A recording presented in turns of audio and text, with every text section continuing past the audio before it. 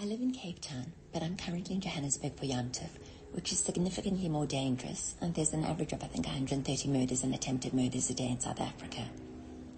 For Yom Kippur, I stayed in a cottage on someone's property, but the family had gone away for Yom Kippur. And at 4:30 Yom Kippur morning, the main house alarm went off. I was nervous, but calmed myself that maybe it was a false alarm. The alarm stopped, and then a few seconds later, there was a flashlight and footsteps past my window. I was petrified. I did not know the exact address where I was staying.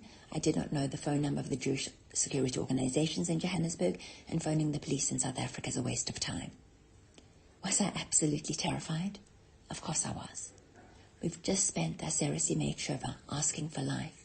As healthy humans, we cling to life tenaciously.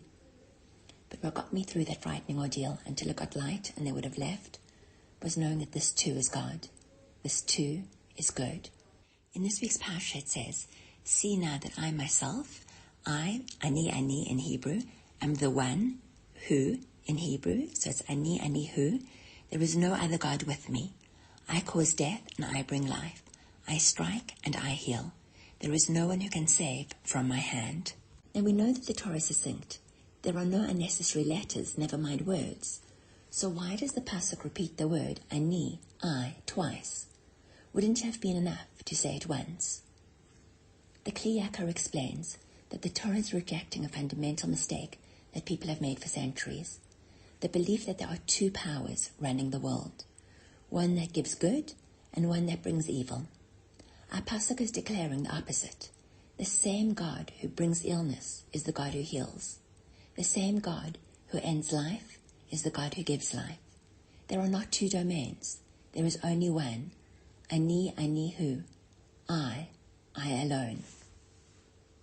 Rav Gedalia Shar takes this even deeper. He explains that the Torah is speaking about two ways in which Hashem relates to the world. There's the way of Gilui, revealed kindness, when we see Hashem clearly in our lives. The job offer comes through, the diagnosis is reversed, the child we daven for is born. In those moments, we feel ani, I see Hashem. But there's another way, the way of Hester, hiddenness. That's when things don't make sense. The door closes, the dream shatters, the tefillah seems to go unanswered. In those moments, Hashem's presence feels distant. He's no longer ani, I. He becomes who, him, as if it's not him at all. But the Torah is telling us, ani hu, the I and the him are one and the same. The God who is visible in your blessings is the very same God who is hidden in your challenges. The God who gives is the God who withholds. The God who heals is the God who wounds. It's all him, always him.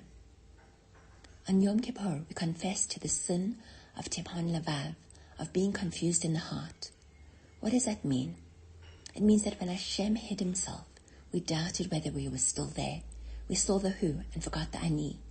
We failed to trust that even when we don't understand, he's still holding the pen and writing our story with the love.